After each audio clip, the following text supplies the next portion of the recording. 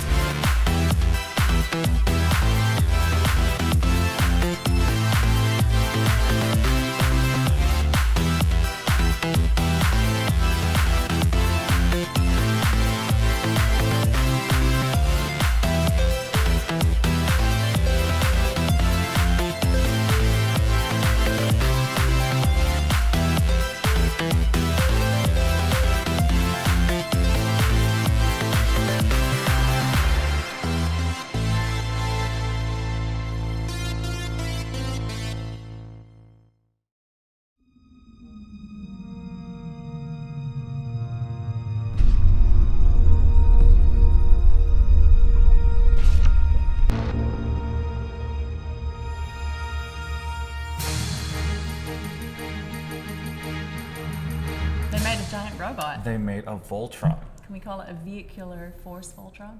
I like Lion Force better. All right. Well, we'll see what you guys out there think. Welcome to Around the Verse, the weekly look at Star Citizen's development. I'm Sandy Gardner. And I am not Ben Lesnick. No, he is not Ben Lesnick, so who are you?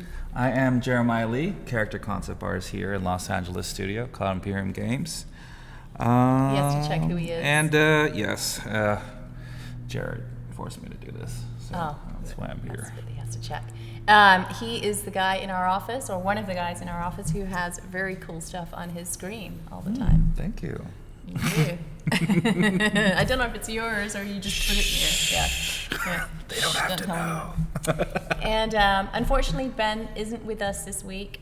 He and Alexis are on bereavement leave, so all of our thoughts here from the team are with them, and all across from all of our studios. We miss you guys, and we can't wait to have you back. We're all thinking about you very dearly. We are. And what is the latest on Star Citizen? Well, the current version on the live server is Star Citizen Alpha 2.3.1, which allows access to Crusader Universe and the Hangar module in several game modes in Arena Commander. There we go. We can tell that he's the character artist because 2.3.1, he had to look down and see what it was. I did. Numbers okay. is not my We will forgive Jeremiah because we threw him under the bus with short notice, and he kindly obliged. No, but this is fun. It is fun. Exciting. And the team are currently working on Star Citizen Alpha 2.4, which is going to go out onto the PTU very shortly. We will keep you updated when it does come out. Very shortly, that I made it sound like it was coming tomorrow, but we will keep you updated on when it's coming. In other news, the MISC Prospector sale just ended, and it was actually a very, very popular ship. So we know now that people are interested in another profession-based ship. Yes. I think it looks really cool. It's really great because it really looks like a MISC ship. You can see a lot of the forms of the Freelancer and also the Starfarer, and those the shapes and also the colors really reflect the Prospector. So really excited about it. Yeah. I haven't actually gotten myself one yet, but I've got a few too many ships. Have you got any?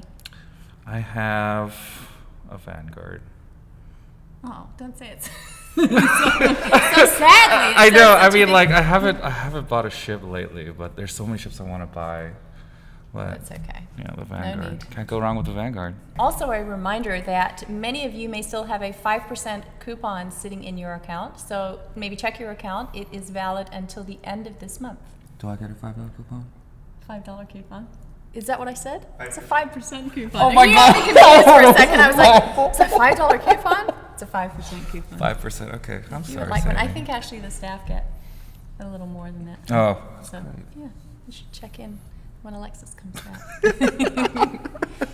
With that, let's check in with our studios around the world to see what's up in news from around the verse.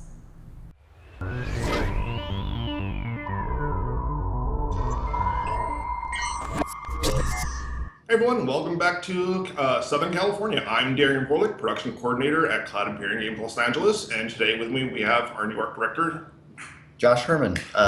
Nice to meet you guys. So for this week's update on Around the Verse, with the production side, we're trying to get 2.4 out the door. So we're hoping you kind of like what we've got planned for you for that release. It's looking pretty exciting on our end. But more importantly, I wanted to give a chance for Josh to debut his first on-screen camera appearance. He's been, what, 2-3 days now? This is my third day. Yeah. So give him a little quick update on what he's up to. Yeah. So I'm the new character art director here. I'm just basically going to wrangle all the characters, all the different types of things, from the Squadron 42 stuff to the PU universe. Just really kind of wrapping my head around things right now. I moved over from Marvel Studios, and there's a bunch of stuff to kind of ingest and work through. But we've been working through all the different famous actor heads, and we've been just pushing forward on all the different alien races, and really looking forward to getting into more of a little bit of everything, really. Yeah. Glad to have you. Yeah, me too. So that's it from Los Angeles. Once again, I'm Darian Borlick. I'm Josh Herman. Thanks, guys.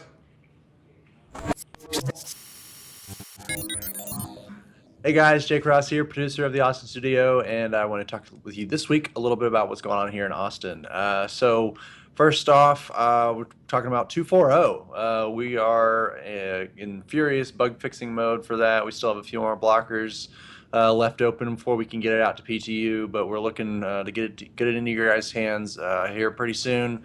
We're itching to get some of this new stuff we've been working on out to you.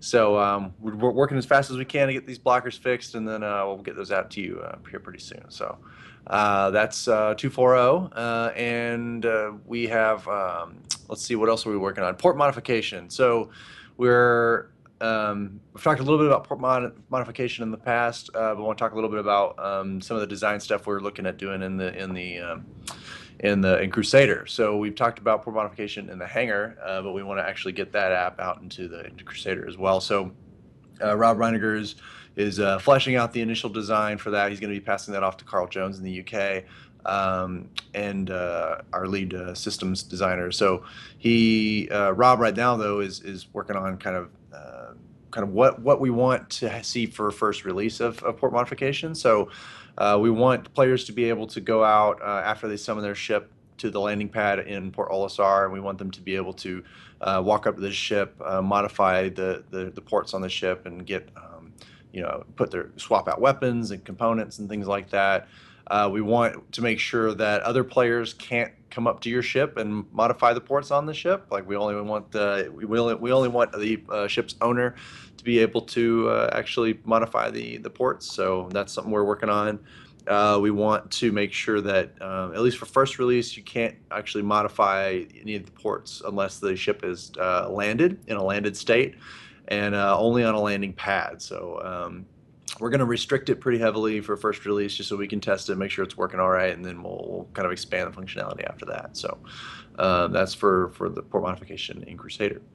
We're also working on the design for purchasing via a terminal or kiosk. So I've talked a little bit about shopping in general is usually via item by item. So if the shop can handle it, we put the items on the shelves and the racks themselves, and you can actually go up and interact with those items individually. But for things like ship components, ship weapons, the ships themselves that are too big, way too big to fit into one shop, we have a kiosk terminal that we're working on. So we're fleshing out that design so that when you go up to a terminal. You can pull it up, all the inventory's there, and you can purchase things that way. So have a couple different options for different commodities. Similar in real life, where not every shopping experience is exactly the same. So that's in the works right now. Last but not least, when we talk about animation implementation, so our animators here in Austin have a slew of animations that they've done over the past couple of years. Unfortunately our resources on the implementation side, that is like a technical animator, technical designer, that can actually help the animators themselves put the animations in the game, has been kind of lacking just for lack of resource or prioritization conflicts and things like that. So we're finally getting some support on that end, so that we can kind of ramp up the rate at which we get these animations in game. So excited about that. We're gonna have a technical animator start in the LA office here pretty soon that will help support the Austin animators. We have a couple of resources in Frankfurt that are helping out as well. So and we're excited about that, so we can get some more animations in the game and in you guys' hands. So so you can kind of see the hard work the animators have been doing here in Austin. Yeah, that's my update for this week, guys. Thanks, and I'll see you around. Hi everyone, this is Mickey over in the UK. So this week we've been working on a few of the ships that are going into Squadron 42 and the PU eventually. So we've been focusing on the Javelin, the Idris and the Bengal, which are all big capital ships, so that's pretty exciting. We've also been looking at the Argo and the Reliant and the Starfarer, which I think I mentioned in a previous video. So they're all being tested now and making sure they're all flight ready and everything. As for bug fixing for 2.4, we've been mainly looking at the shopping element that's going in. So there's going to be a lot of shops that are around Port Al-Azhar and the Art Corp, and you'll be able to buy new flight suits and new weapons and casual clothes. We've got a store called Castlebar Outlet, which is all casual clothes, and then you've got Garrity Defense, which is like new flight suits, and you can buy light armor and stuff. And then there's a few of the weapon places. There's Cubby Blast and Live. I forget what that one's called. Live Fire Weapons, I think, is the other one. But yeah, that's pretty exciting, and you'll be able to earn cash for doing comms arrays. So you can use that cash to buy things, and we're testing the persistence as well, so you should always keep the money you've earned and the things that you've bought and everything. So that's all being tested right now. And as for Squadron 42, we have the shoot going on right now, and they are working on the conversation system that's going in, and basically just fine-tuning any FPS and AI stuff that needs to be done. And I think that's it, so I'll see you in the verse. Bye! Hey everyone, Brian from the Frankfurt office here again this week. I typically roll down each department, but figure I've been doing that the same week after week after week. So this week I brought in Greg, that's not his real name. It's harder to pronounce, so he says Greg is cool. He is the newest member of the system design department. How long you been here now? It's gonna be 4 months. 4 months. Yeah. Cool. Yeah, and I know we've been interviewing other guys as well too. Yeah, so we did. We may grow a little bit more soon. We grow next month by 2 people, I think. So Awesome. Cool. So I'm going to pass it to Greg. Greg will chat and let you know what he's been working on here and what he's been doing with the rest of the team. Sure. So my focus personally has been on inner thought, which is basically our use system. That's what's going to replace the blue use that you have right now in the game with more contextual information. Like when you open a door, it's actually going to be open. When you I don't know, look out the window, it's going to be look. When you're looting stuff, it's going to be pick up. When you're talking to someone, it might even be the line that you're going to say. Gotcha. So it's kind of a unified system that's going to be used for a lot of stuff in the game. It's just that so you guys see it in the game and know that it's going to be an interaction happening, and it's always going to be the same. So it's going to be exploitable. Yeah. Stuff, right? Right now, is it primarily on paper that you guys are sorting all the details out on? Yeah, it's I think some premises of it are being worked on for 2.4. Okay. But I'm, really super early stuff. Most of it is prototype stage. Absolutely. So, now, are you guys working with Francesco and the AI guys then? And I'm actually working a little bit with Francesco because some of it is using usable object, right? Which he's handling, which is going to be the same for player and AI. So the structure of the object has to be able to be read by AI code, but also by the player, right? Yeah.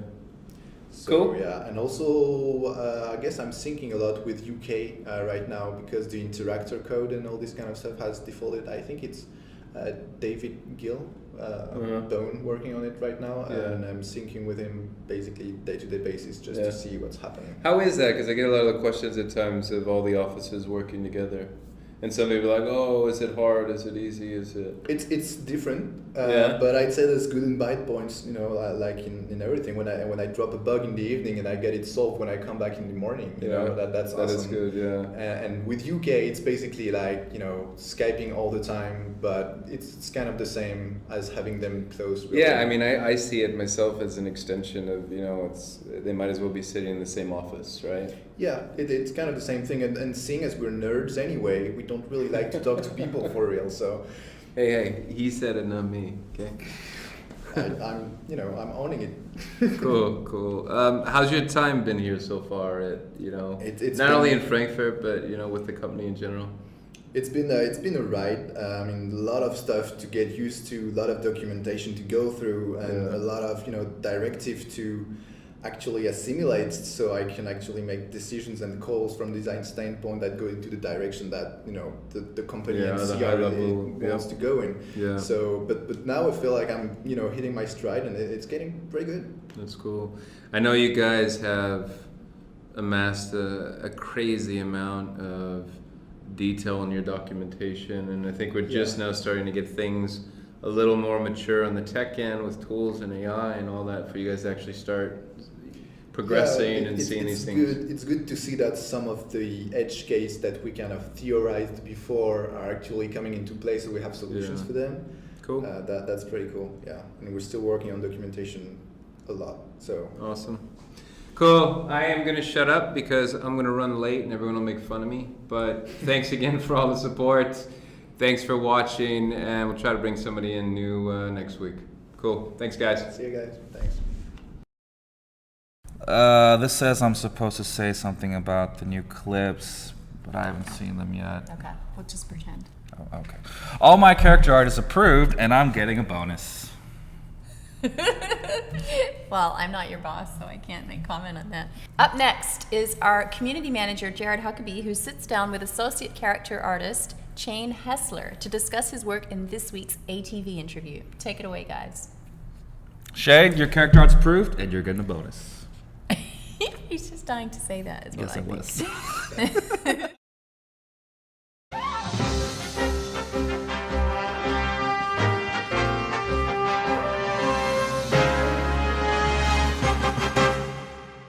Thanks, guys. On this week's ATV interview, we're sitting down with associate character artist, Mr. Shane Hessler. Shane, how you doing, man? Good, doing great. Now, associate character artist. What's that? What's an associate character artist? Associate character artist helps the character team develop character assets for the game, whether it's costumes or props or armor. So anything that your character or player wears in the game, I'll be working on that. All right. And what are you working on now?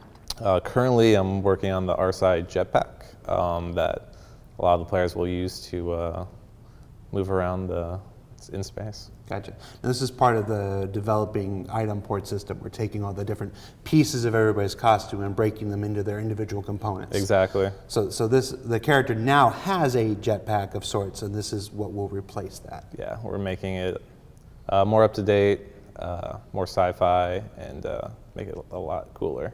Gotcha. Now, you've been with the company for what, 2 months now? About 2 months, since early March. March? How are you liking it so far? Like it a lot.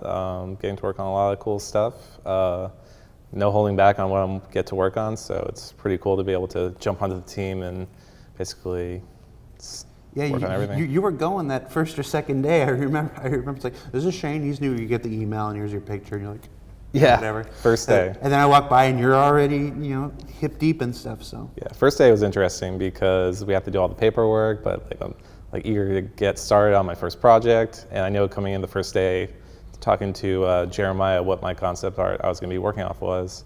So the whole first day I was just like, all right, let's get started, let's do this. So it's pretty exciting. Jeremiah is actually hosting this episode of ATV. So Oh, really? say hi to Jeremiah. Hi, Jeremiah. Hey, Jeremiah. Doing a good job, man. So you came to us 2 months ago. Where'd you come from? Before I came to Cloud Imperium, I was doing some freelance work for companies making toys for Disney, and then also working with scan data cleanup for commercials and TV. Scan data cleanup. Yeah. What's that? So essentially what we did for our game, for all of our actors, with scan data and photogrammetry. So you take pictures of the actor asset and that gets scanned into the computer, creating a digital form of 3D that, for my job, was to clean that data up and then reproject textures on it so it could be used in production. Oh, all right, cool. And Simple answer. Gotcha. Now, are you a gamer by choice? Or did you play video games before? I was what makes forced you to work be in a gamer, no. Yeah, what makes you decide I want to work in the video game industry? I've been playing games like a lot of people at an early age, just transitioning through the generations of consoles of Nintendo, Sega Genesis, PlayStation, all the way up to right now is PC is kind of my main thing. PC, what was that? PC Master Race. But it's just easy because if I am working on anything at home, I could just play a game real quick and then jump back to doing some work. So it's great. Hey, what games are you playing now? Currently, don't get to play as many games as I used to. Yes, it's one of the truths of working in the video game industry. The more you work on a video game, the less video games you actually I thought play. working in the gaming industry, I'd play more video games. Not the case. But playing some Hearthstone and Overwatch right now. I'm big fighting game guy, so I play a lot of Street Fighter V. But yeah, a lot of competitive multiplayer games usually. I can jump on, jump off. Yeah, I see you. Continue my life. See at lunch sometimes with Elle, and you guys are battling in your Hearthstone. So Whenever we can. who's a better Hearthstone player, you or Elwin? Oh man, I don't know. I think it's like 50-50 now. I win some, he wins some, but I think right now, since the new expansion came out, he's probably better than me. What? I think Jeremiah might be better than me too. Jeremiah's pretty That's why we need to do in-house tournaments, so we can set the record straight on who's the best Hearthstone player. All right, we'll see about setting that up once we're done here.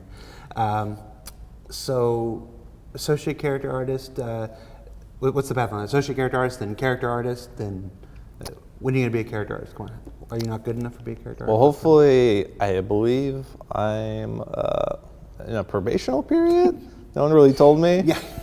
We had to wait before we could. Yeah. We had to wait before we could interview. So know that if you're here doing an interview, you're doing a good job. So Yes. good job, man. That's awesome. Good job, man. I feel good. No one's yelled at me really, so that's awesome. Hey, do you know what you're working on next after the jetpack? I believe I'm working on a BDU engineer for Squadron 42.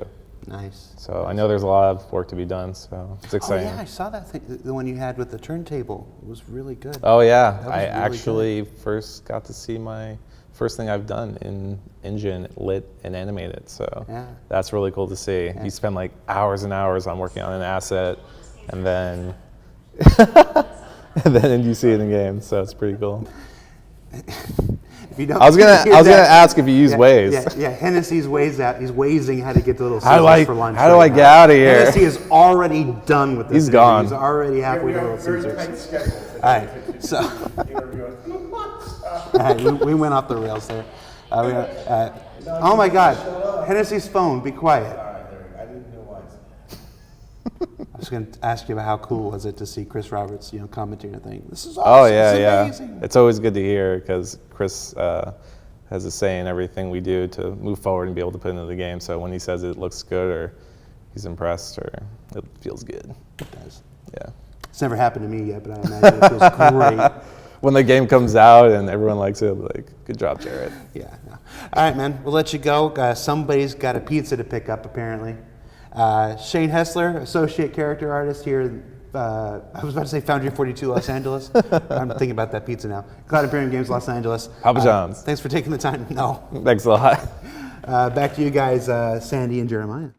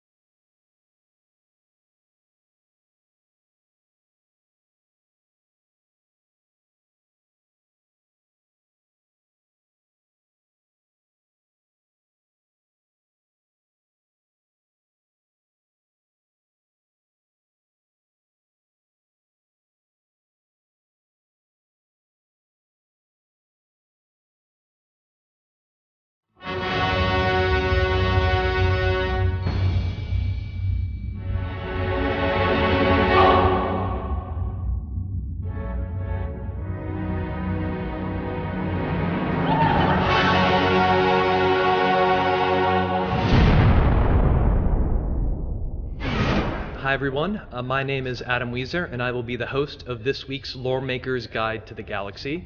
For those who haven't seen this before, it's a segment where the various lore makers on Star Citizen sit down, walk you through a particular system, give you a little bit of the history, a little bit of the science data behind why it is the way it is. So this week we're going to be talking about a pretty interesting system because it is technically a UEE system, but for those who live there, both on both sides of the law, there's pretty strong agreement that the UEE doesn't have full control of it. So this week we are going to go and check out the Nexus system. So to do that, we're just going to hit / here on the star map, so you can bring up the search bar, and we're going to put in Nexus. There we go. And here we will travel from Sol to the Nexus system. So we're going to do a broad overview to start. This is a 5-planet system that has an asteroid belt here between Nexus 3 and Nexus 4. At the center of this system is a wow, that's a very, very close-in zoom we got here. This is a Type A main sequence star that is bluish-white in color, and just, you know, it's about 1.8 times larger in solar mass than the sun at the center of our own system. But to really kind of, you know, just kind of set the table for what Nexus is, I want to start by talking about Nexus 2. Now, Nexus 2 right here, this is a terrestrial smog planet. So it's got this very thick and soupy atmosphere, which kind of gives off this really interesting glow. I don't think the skin color on this is going to be the actual color in the game, but we'll see about that. But this atmosphere is going to glow a little bit because of something that's a part of it called aerosols. And aerosols are basically, you know, solids and liquid particles that are in a gas or in the the case of Nexus 2 in the upper atmosphere of this planet. Now, you're familiar with aerosols because, when they get big enough, they draw your attention to them. Think of a hazy, smoggy day. Think of that red hue you see on the horizon during sunrises and sunsets. Those are all because aerosols are absorbing and scattering light because they've gotten big enough while up there in the atmosphere. Now, why this makes sense for the Nexus system is because prior to 2930, this entire system was basically, even though UEE in name, was basically a pirate free-for-all. And it wasn't until Keller's run in 2930 that the UEE actually saw how big of a pirate problem was in the system and what needed to be done to kind of like put a stop to that. Now, Dean Keller was a lifelong criminal. He was an assassin for various pirate crews. He was a very, very skilled pilot.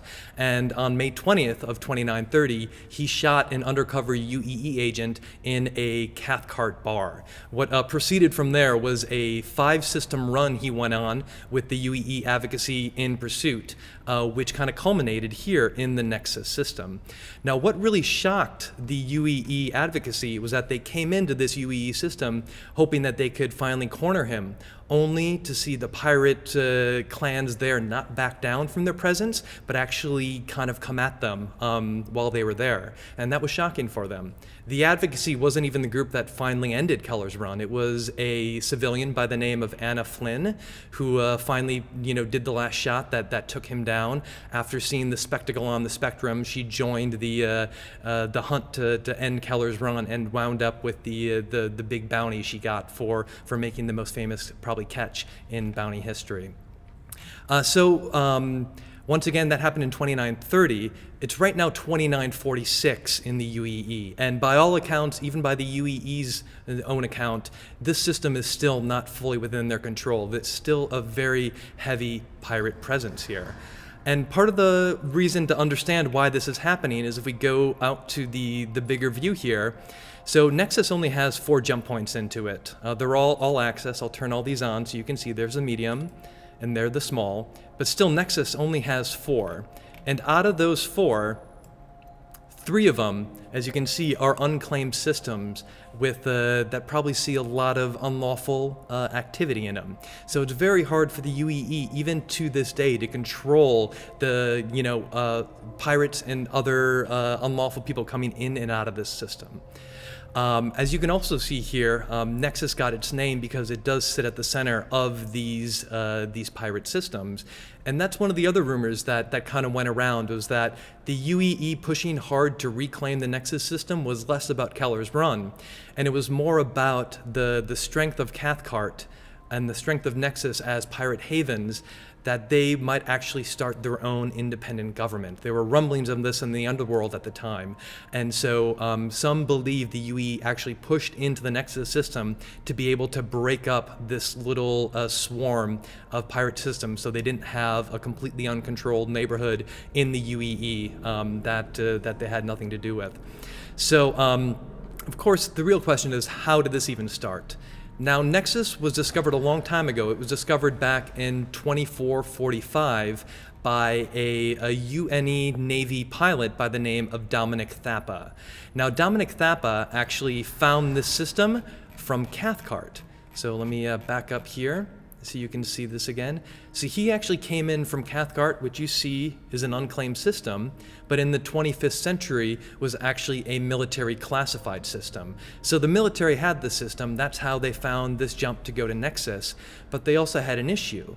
If this was a military classified system, how do you get civilians, how do you get citizens into Nexus without going through this part of space that you don't want them to go through? So for the first 20 plus years of the UNE, of the Nexus's being known to humanity, this was known simply as the military designation, which is UDS 2445309, just the discovery date UDS.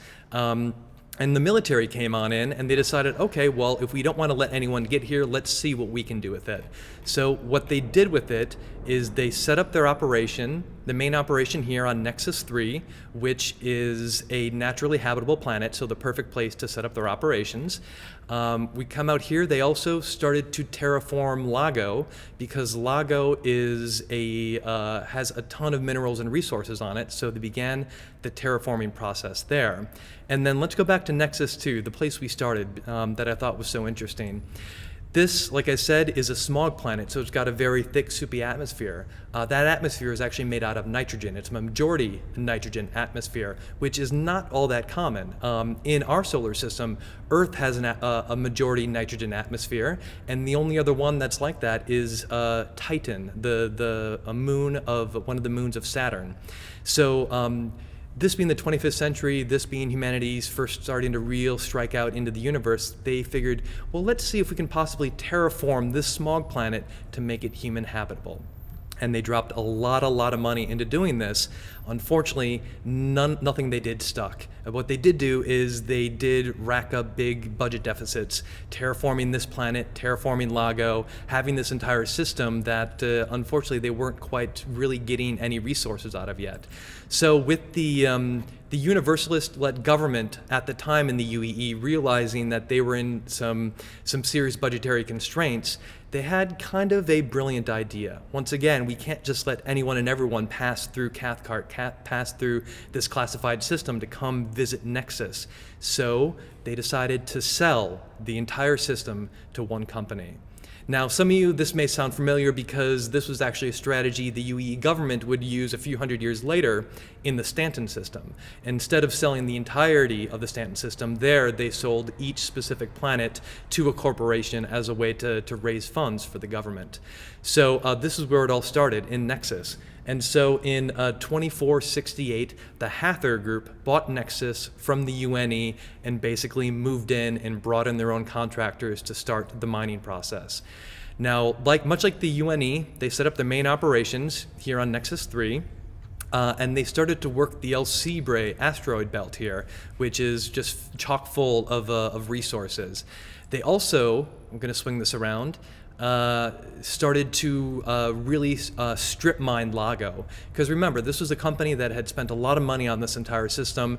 They weren't worried about building up civilian infrastructure or anything like that. They just wanted the most efficient way in which to extract these ores and these minerals from this planet. And that was literally just strip mining them away. So over the next 200 years, this system wasn't really known as Nexus. It was known as Hather because of the company that owned it. At that time also, a few things happened which seemed to affect the fate of Nexus. We're going to go back out to the wide view here.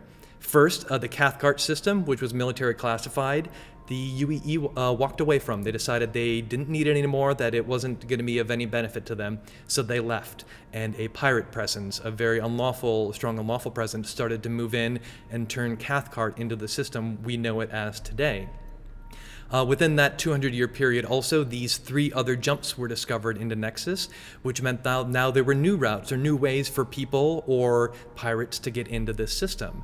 So for those 200 years while Hather ruled this, there were really only 2 businesses that were functional in this system: the Hather Mining Group and criminality, people coming in to drink and gamble with the miners that were working this system. Eventually, in 2672, the Hather group looked at their books and they realized they'd ripped out most of the resources on Lago, they'd kind of depleted the El Cibre belt, and the money they were spent protecting shipments in and out of this system finally exceeded any of the profits they were making here. So the Hather group just left. They were done with it. They had gotten what they needed out of it, and they turned it over completely to the pirates. So at that point, in the late 27th century into the 28th century, is when the pirate presence in Nexus really grew. That's where it got the name Nexus, for being a nexus of jump points connecting pirate systems. That brings us up to 2930. That presence only grew until Keller's run in 2930, where the UEE finally decided to push back in and try to reestablish their authority in the system. So now that you kind of have an understanding of the complicated and tumultuous history of the system, let's get back into a little more details on what's actually here. So Nexus 1 is a rocky protoplanet that you can see is extremely close to the, well, it's close to the star. Again, these aren't quite to scale, but you can tell by the distance that it's been charred thoroughly. Hather Group did do their due diligence, and they checked and they made sure that there were no resources of anything worthwhile on this planet to mine. Nexus 2 we talked about, that's your terrestrial smog planet. Once again, right now, there's nothing to really do there. You can't live there. Nexus 3, as I mentioned before, was naturally habitable, so it became the main base for basically every group that kind of had control over the Nexus system. It's where the UNE first established their operations. It's where the Hather Group central kind of like mining command was all based here. And after they left, it is where the pirates immediately moved in to kind of like, some of the main pirate groups were based here too. So in 2930, when the UEE decided to retake this system, this planet, Nexus 3, is where they primarily focused to start. So once they pushed the pirates off this planet, they basically turned this into central command for the system, and it still is that to this day. It is a military classified planet, so when you visit Nexus system, unless you have the proper clearance codes, please do not go anywhere near this planet because they will not take kindly to it. The next thing in the system to really talk about is, you'll see rimmed here, is the El Cibre asteroid belt. Again, it was filled with minerals and ores which the Hather Group mined away, but recent advances in scanning technology have revealed that there are pockets of really valuable minerals and ores here that hadn't been discovered before. So it's another one of the conspiracy theories out there about the Nexus system, is the UEE wanted to push back in, not because of the pirate presence, but to ensure that they had access to these valuable minerals and ores here in the El Cibre belt. This belt was also the location for probably the most famous moment in Keller's run. After spending hours kind of like dodging in, around asteroids and kind of like killing pursuers, Dean Keller had to make an emergency landing inside an asteroid to do some repairs on his ship. Now, when he did this, a bunch of bounty hunters surrounded that asteroid and kind of covered every exit out. And began to negotiate his surrender with them. Now, while he was negotiating with them, he also was EVAing out of the asteroid and sneaking up on one of the bounty hunter ships. He got inside, he threw the bounty hunter out of the airlock, and then took his ship, turned it on the other bounty hunters, and continued on his way. So that very exciting event happened right here in the El Cibre asteroid belt. So we're going to step back and go to Nexus 4, which is known by Lago. Now, Lago is a name which came from a 26th century vid about a pirate paradise. So again, this came later on at the Hather Group left. This became known as Lago based on that 26th century vid. That's how it earned this name, and the UEE just hasn't been able to shake it. The real battle for the Nexus system is centered right here on Lago for one main reason, and that's because the Hather Group strip mined the surface, which means the pirates are really, really embedded. There are a lot of encampments embedded into the planet side here. It was a lot easier to clean out Nexus 3. Lago has been a lot more difficult. So as the UEE has made small strides in kind of pushing the pirates off this planet, they are trying to figure out ways to hold that land and maybe start to make it habitable for respectable UEE citizens and civilians. They decided to do this by offering sweetheart land deals to people in the military, because again, Nexus 3 has a big military contingent, so they've offered family members and extended family of the military deals to come in and live here. So you can visit Lago 3. The encampments there are still pretty small. They do have what you need. They do have Kasaba outlets. They'll have bars. They'll have advocacy agents. They'll have all those things. They're still just going to be heavily fortified because pirate attacks still do happen pretty frequently on this planet. Also, if you're an entrepreneurial hauler that's looking to maybe make a little bit extra on some basic goods, this might be a good place to take it. That is, if you're willing to accept the risk of even venturing into the Nexus system in the first place. And finally, the last planet here in the system is a gas giant called the Red God. Now, I warn you, this is not to scale. This is way too small for what it should be. But you get the idea. I'll zoom in a little bit. So again, this is just a gas giant on the, past the green band here in the Nexus system. It's got a reddish hue, a reddish color to the atmosphere, which is how it earned the nickname the Red God by it is believed a cryptic group of pirates based on Lago by the name of the Sangestas actually worship this planet and called it their Red God. And their worship of this planet and their affiliation to it is what kind of earned it this name, which is stuck to this day. So that's it for the Nexus system. You've got, again, 5 planets, star at the center, this one asteroid belt, and an ongoing battle between pirates and the UEE. For anyone out there that's interested in this game, this could be a pretty fun place to go and explore and see what kind of trouble you can get into or how you can help. So thanks again. My name's Adam Weezer, and this has been another episode of Loremaker's Guide to the Galaxy.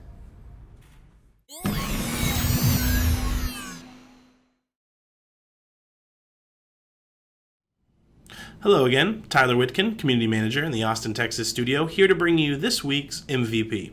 This week we have not 1, not 2, but 3 MVPs for the epic video Journey to Voltron, which features some exciting and emergent gameplay in Star Citizen. So a big congratulations to Anarchos and Jeff Craig for gathering all of this footage and putting it together, and Wikipedia for producing his own song Journey to accompany it. First we had Big Benny's Deliveries, then we had Bowling with Ships, now we have Journey to Voltron. I'm looking forward to seeing what the community comes up with next. Congrats again, guys. You all are this week's MVPs. Back to you guys. I still think Line Force Voltron's better. But congrats on the MVP. Congrats on the MVP, and thanks, Tyler. Each week we take a look ahead at something in Star Citizen's development. So let's take a look at this week's ATV Fast Forward.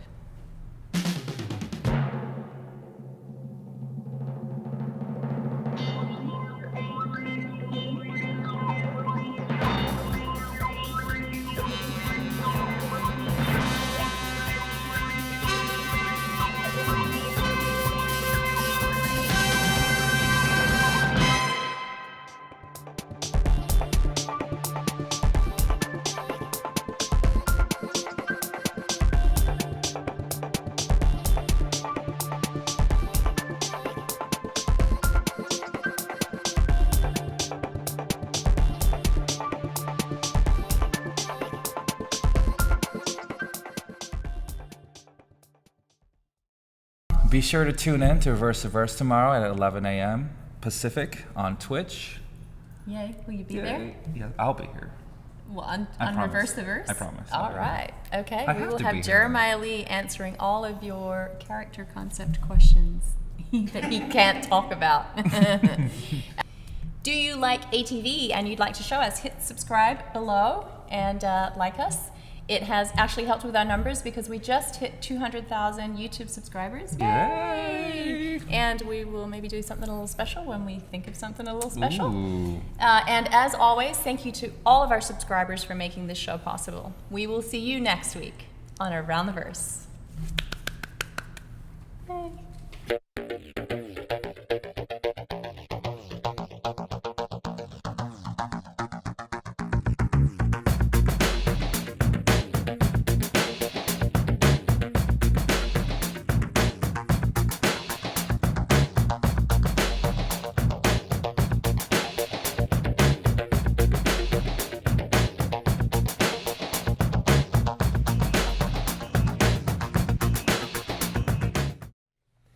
Did you know that many of Star Citizen's developers are on social media? If you would like to follow Star Citizen on Facebook, you can find us here. Or on Twitter, here. And even Instagram here. And for a full list of developers' personal accounts they're willing to share with the community, check out this link. You can find out what I bought at Amazon this week. Star Wars stuff. It was probably Star Wars stuff.